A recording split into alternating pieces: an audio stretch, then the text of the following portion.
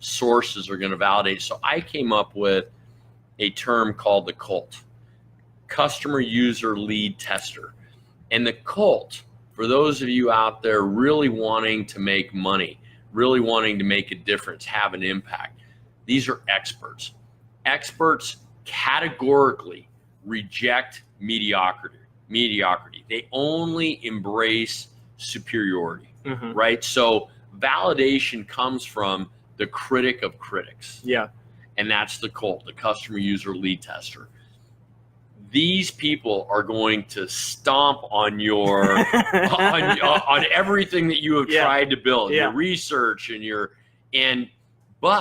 but here's the beautiful thing.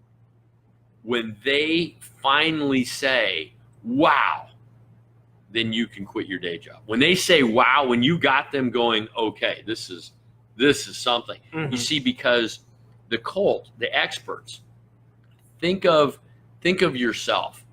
How many of you get someone asking you for advice on something to buy, right? So if it could be technology, it could be fashion, it could be, cars. What should I buy? Well, you're a CULT member. You're an expert in that specific space. And when you embrace a particular product or service, that means that everyone else, you're an influencer, right? In social media, we call you an influencer.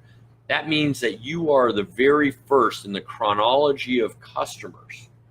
You are the very first to embrace that product or service, and everyone else comes in, the early adopters, the early majority, the late majority. So how are we getting beat up by the CULT? How do we present the idea or the version of the idea to the CULT? Is it focus group? What do we? Yes, that's we actually trying to prove it by trying to sell it to them. Yeah. So what you want to do is, so what you want to do, number one, is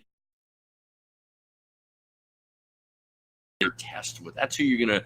That's where your beta. So a focus group with a large swath of different demographics. That's 1960, right? What we want is a focus group of experts in that particular space that you're in. And then you let them beat you up, right? But so you got to get, I always tell people, you've got to get your product or service in the right hands, the right people first. And they will then tear apart your idea, or they may embrace it pretty quickly. Yeah. So, that's different than trying to find something people will buy.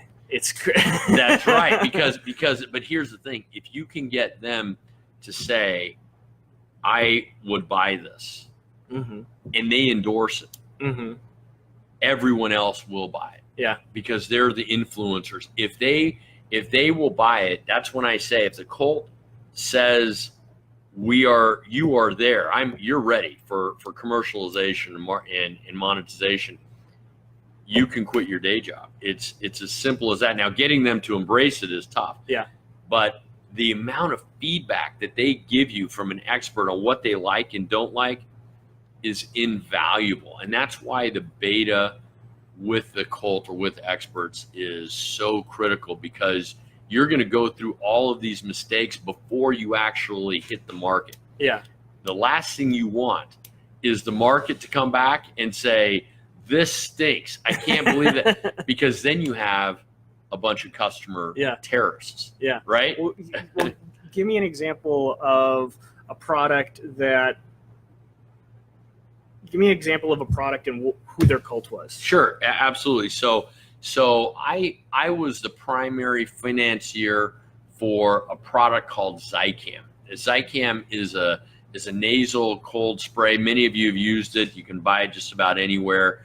And I funded them out of an empty warehouse in South Phoenix on Watson and Monroe Street. I still remember. But nonetheless, 7th Street in Monroe. But nonetheless, they decided that they were going to test their product with pharmacists. And they gave pharmacists all of the clinical data and all of the ingredients. And even though when you catch a cold or something serious, oftentimes you go to the doctor, right? But what they realized is that even if you've got a prescription from the doctor, you'll often ask the pharmacist what's good for you, right? Mm-hmm. And because they're doctors also. Yeah. And so their cult, they spent $1 million of my money on just validation, a beta with the cult. Mm-hmm. And it worked out beautifully because those pharmacists, they tested it on themselves and some of their close patients or close, we'll say, customers, and it worked. And the first year we did 2 million, the next year 4 million, it continued on and on. Here's another great example of one. How about the Samsung watch? When it first launched, it tanked. It was terrible. Mm-hmm. They never got validation from the cult. And I remember watching when Samsung came out with the very first smartwatch, right? This financial channel, I forget what financial channel it was, they brought 3 cult members, 3 experts in wearable technology. Mm-hmm. And they asked them, they gave them the watch, the Samsung smartwatch version 1.0, and said, what do you think of this? And they said, well, I kind of like this, and I'm not too sure about that, and I don't understand this, but is that an endorsement? No. So people are watching all these techies in this space, and if the techies are confused, mm-hmm. then they're not going to buy it, right? Yeah. And so Samsung launched without validation from experts, and they relied on this fallacy that we have of first mover advantage. You have to be out there first, right? And they also relied on the fact that they had global distribution, tons of money, mm-hmm. and a brand that everyone was familiar with. Yeah. It flopped because there was no cult validation.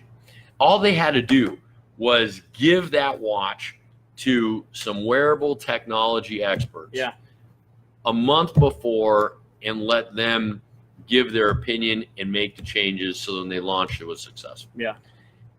What Apple did after that is Apple went to the cult and found it. And now the Apple Watch, I think, sells more than any single watch in history, right? Sure.